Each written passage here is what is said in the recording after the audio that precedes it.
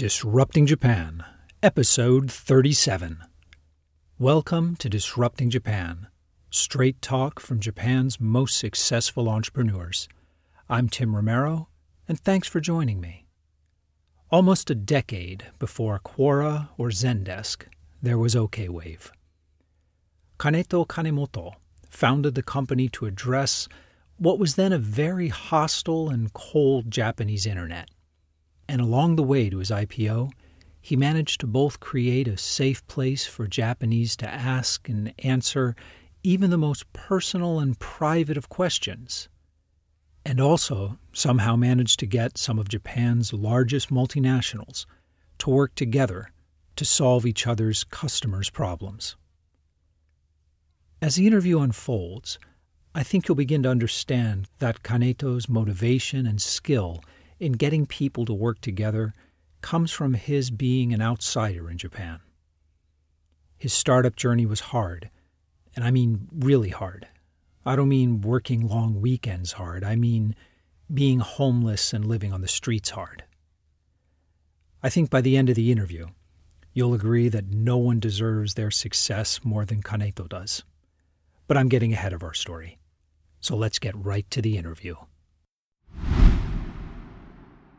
I'm sitting here with Kaneto Kanemoto of OKWave, which is Japan's largest Q&A community platform with both open public forum and offerings for companies and NPOs. But Kaneto, I think you can explain it much better than I can. So why don't you tell us a little bit about OKWave? Yeah, OKWave is, as Tim-san introduced, Japan's largest Q&A site. So you now have over 40 million active users monthly. Yeah. So what kind of things are people asking about? Most of around life, especially love. So people ask about love life? Yeah, really? Love life, yeah. I loved my boss. What can I do? I confused, but I never stop my feeling to my boss. So what should I do? Yeah. Okay. Many about pregnant. Yeah, how to get pregnant. Many Japanese women married but don't have a baby.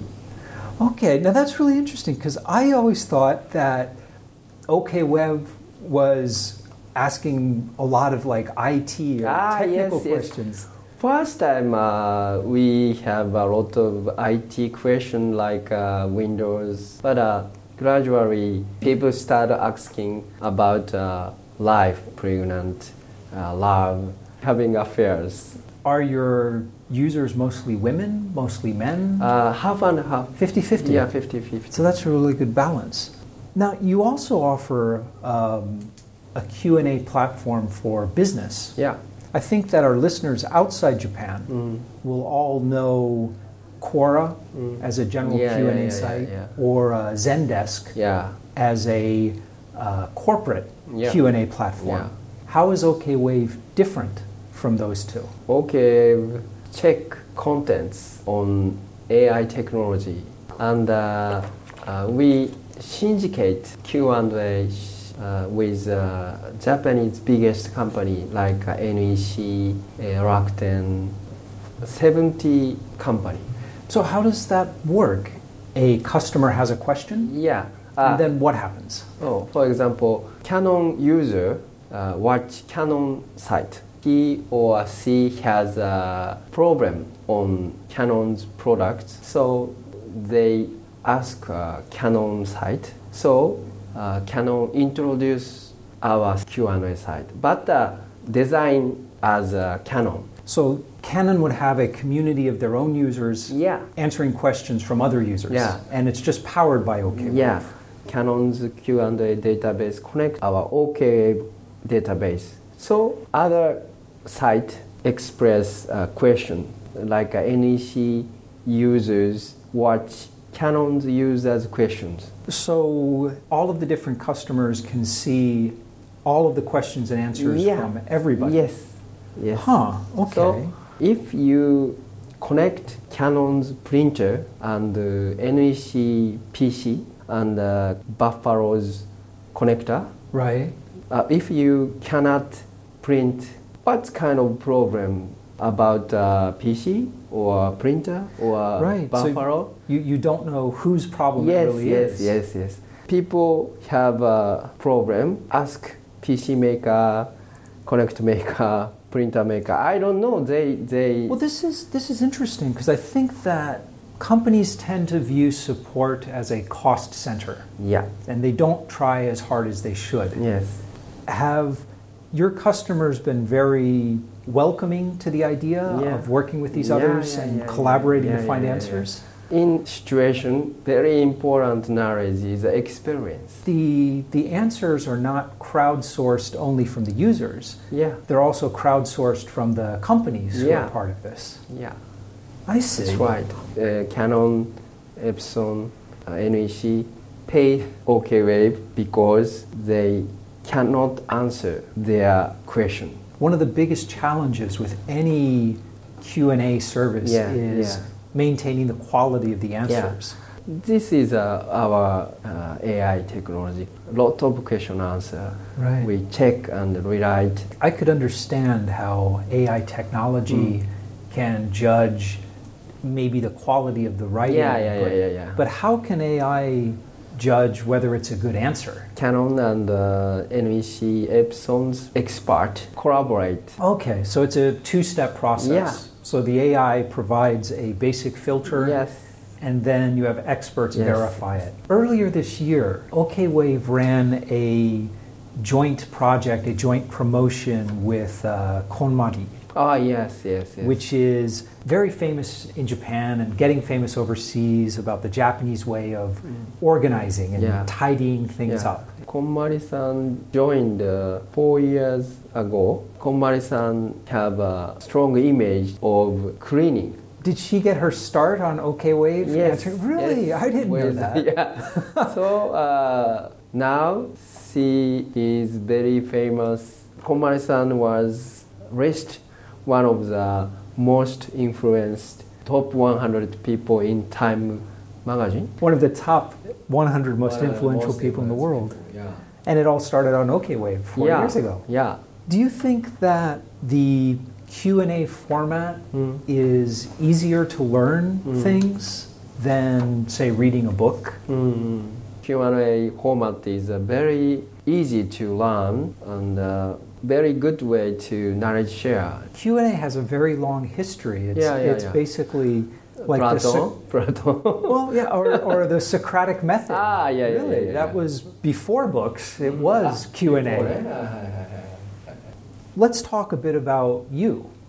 So you went from founding OKWave to IPO in 6 years, pretty fast. You've published several books that were very successful. Looking at just that part, it looks like success was really easy for you. But you had a pretty hard time starting this company and what led up to this company. Yeah, I was Korea. I changed nationality in Japan, but when I was a child, few Japanese people tried me. You were telling me before you were bullied in school because you were born in Japan, but Korean nationality.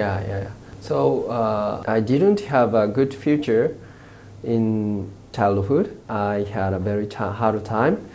I imagine nobody have prejudice. Have what? 差別. Oh, prejudice. Prejudice. As a child, you didn't think that other people had prejudice until you experienced it? Yes. As an entrepreneur, people always say it's very good to think differently, to be a bit of an outsider. But being an outsider in Japan, especially as a child, especially when you're growing up, is extremely difficult. So when you were in elementary school and high school, and very much an outsider, what did you think you would be doing with your life? My parents could not enter a university or a good company because their nationality. Right. So my parents want to change me. So they changed your nationality from Korean to Japanese. So when my friend know that fact, one of the friends struck me against because I am Korean. So I was very shocked. So they didn't know you were Korean before? Yeah. You changed nationality, and then these people you thought you were... Yeah, Japanese said very few people maybe. Yeah. And how old were you then? 10 years old. 10 years old? So suddenly you went from being a normal kid with friends to being an outsider. Yeah. How did being an outsider change the way you thought about your future and how you interacted with your friends? Until 25 years old, I could not believe anybody. So just even my wife. Yeah.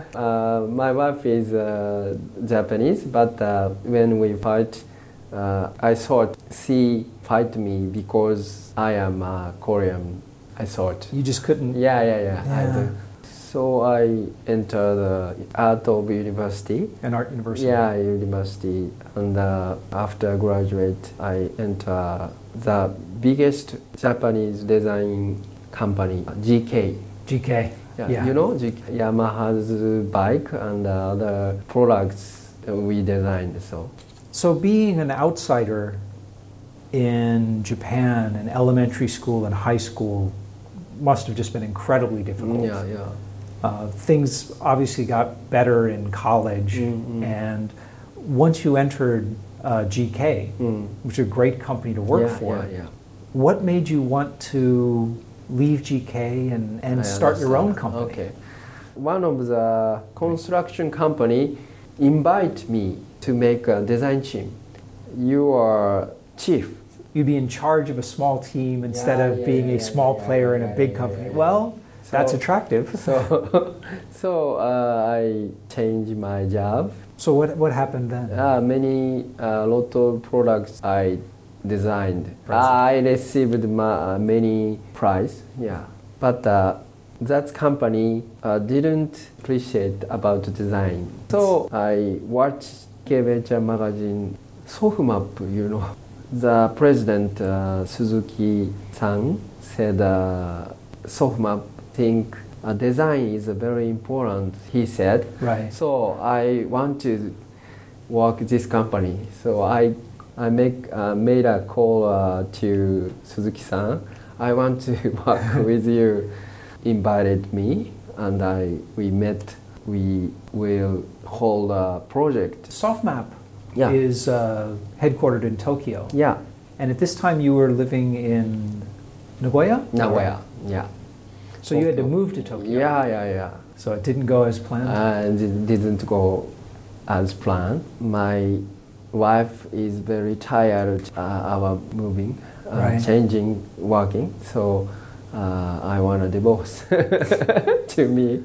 So, and my friend, design friend, don't trust Suzuki-san, my friend said. But my friends stolen my capital, and my wife want to divorce, and I am struggle. So you came to Tokyo to look for work anyway. Yeah, so I don't have a mind to continue, so I live in park. Yeah, you were living in the park. You were basically homeless in Tokyo. Yeah. But you were working at the time, right? You had a job, no?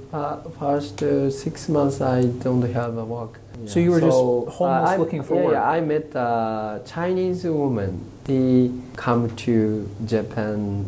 She read a book, Japanese history. She wanted to learn Japan, but Japanese people know there are good opportunity. So she thought the Japanese people didn't realize how good things are in Japan. Yeah. So no, I think she probably had a point. Yeah.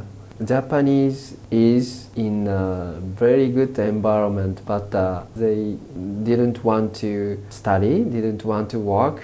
So did talking to her change your opinion? Yeah. So she claimed me, why you live in park? Because you are a little against to be more tough. She told you to toughen up. Yeah, tough up. So I wake up, I want to do something. So I met the internet. Okay. Yeah, I made a website. So I was going to say, at this point, you don't have a job, and you're still living in a park. Yeah. So when you decide, now I'm going to make a website, what do you do? I make a call. You called Suzuki back again? Yes, Alexander. I want to meet again. But finally, he would meet. So, okay, now I will give you a chance. Design of business card. So, 1,000 yen. That's pretty cheap. That's not much of a job. So, my first business in Japan, in Tokyo. So were you working as an employee or just outsourcing? Yeah, outsourcing. So you were outsourcing design projects and getting back on your feet. Yeah. When did the idea for OKWave come to mind? And when did you decide to make websites?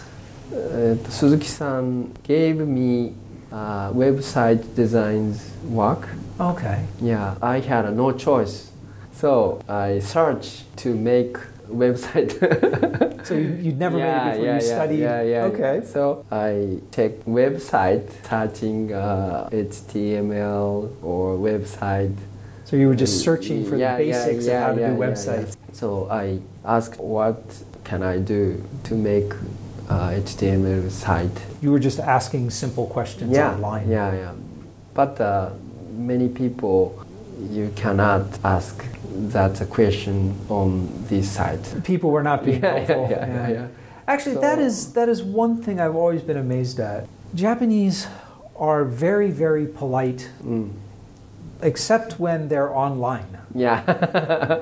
And I think I agree with you. If our overseas listeners could ever read like Nichannel, which is one of the big online communities in Japan, and it's just horribly nasty stuff.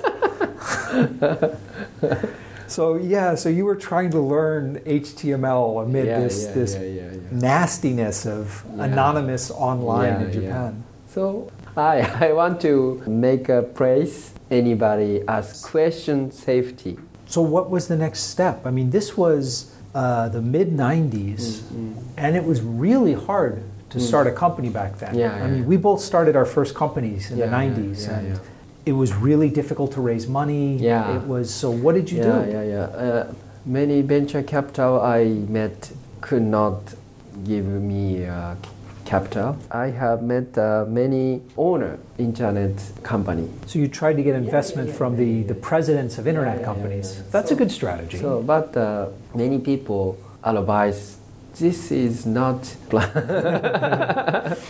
Back at that time, in the late 90s, the internet was not really... I mean, it was open, but it was more like lots of little communities.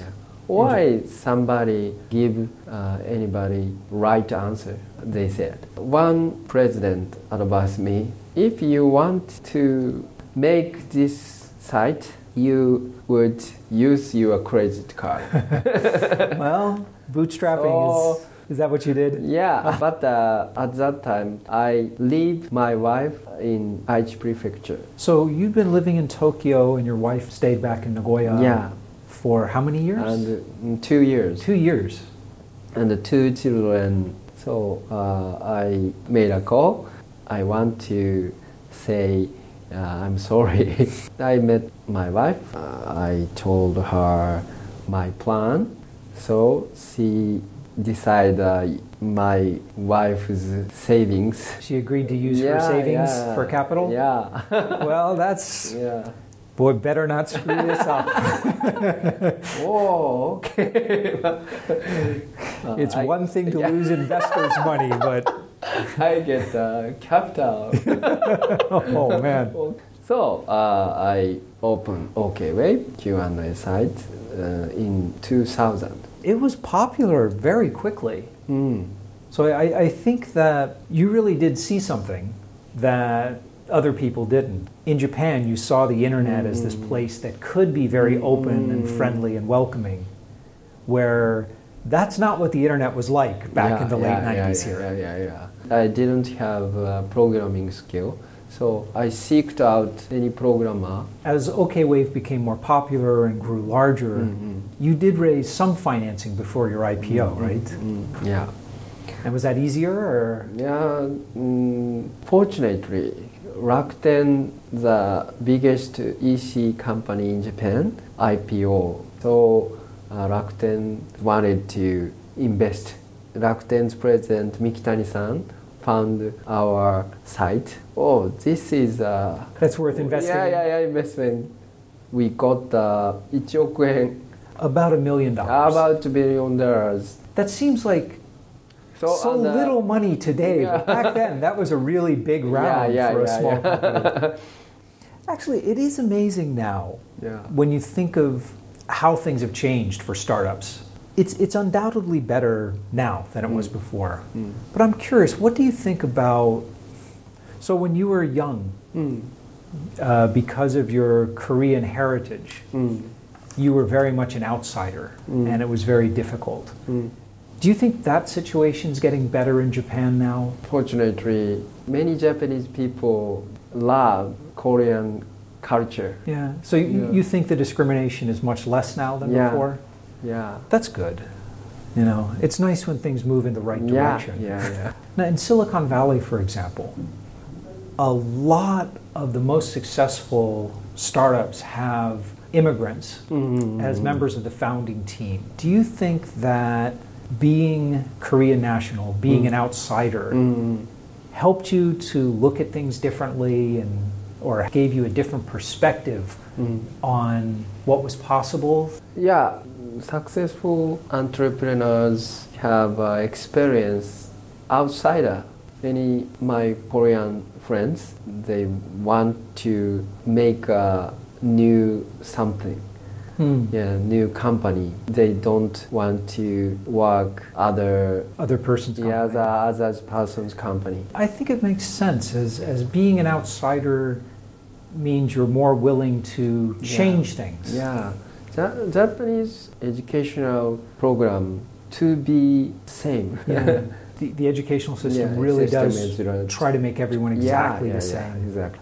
Over the last 15, almost the last 20 years since you first started OKWave.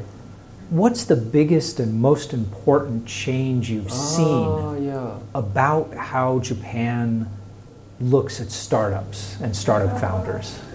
Traditional Japanese company wanted to continue 100 years old. So many startup companies recently want to sell their company. That is new, isn't it? Yeah. So traditionally, if you started a company, your goal was to be president for life and hand it over to your children and grandchildren. Business I think there's a wonderful dynamic that the people who do want to sell their company usually want to go and start another one afterwards. And that is a very new dynamic in Japan. Before we wrap up, I want to ask you my magic wand question. So if I gave you a magic wand and I said you could change anything about Japan, anything at all, to make it better for startups in Japan, what would you change? Okay. Anybody have something experience? I want to change more value and make money. So what do you mean? I don't quite understand. If you have experience, for example, you know origami. If you teach origami, you would want people to start thinking about how they can use their experience to make money and start businesses. Yeah, we change all over the world, make money about their experience. Well, I guess that really is what most successful startups are about, right? Taking experiences and turning it into a business. Yeah. With OKWave, that sounds like exactly what you did from the difficulty of being an outsider growing up, to the difficulty of finding a place on the internet to have friendly Q&A is what led you to start the company. Yeah. Thank you. Well, listen, thanks so much for sitting down. It's been really a long time. I'm glad to meet you again. All right, me too. Thank you. And we're back. It's amazing to think that back in 1997, Japanese VCs could not even conceive of an internet becoming an open and friendly place where people were willing to take the time to answer questions simply because they'd been asked. Most assumed that it would evolve to mere Japanese business culture at the time, a collection of tight-knit cliques and closed communities. The open internet is obvious now, but Kaneto deserves credit for not only seeing it before everyone else did, but committing his life to making it happen. I was also impressed that many, well, at least some, Japanese companies are willing to work together on complex customer support issues. Hopefully that idea will catch on in the West as well.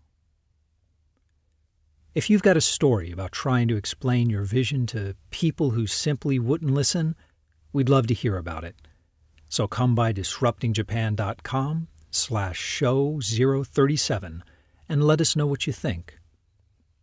And when you drop by, you'll find all the links and sites that Kaneto and I talked about and much, much more in the resources section of the post. But most of all, thanks for listening. And thank you for letting people interested in Japanese startups know about the show. I'm Tim Romero, and thanks for listening to Disrupting Japan.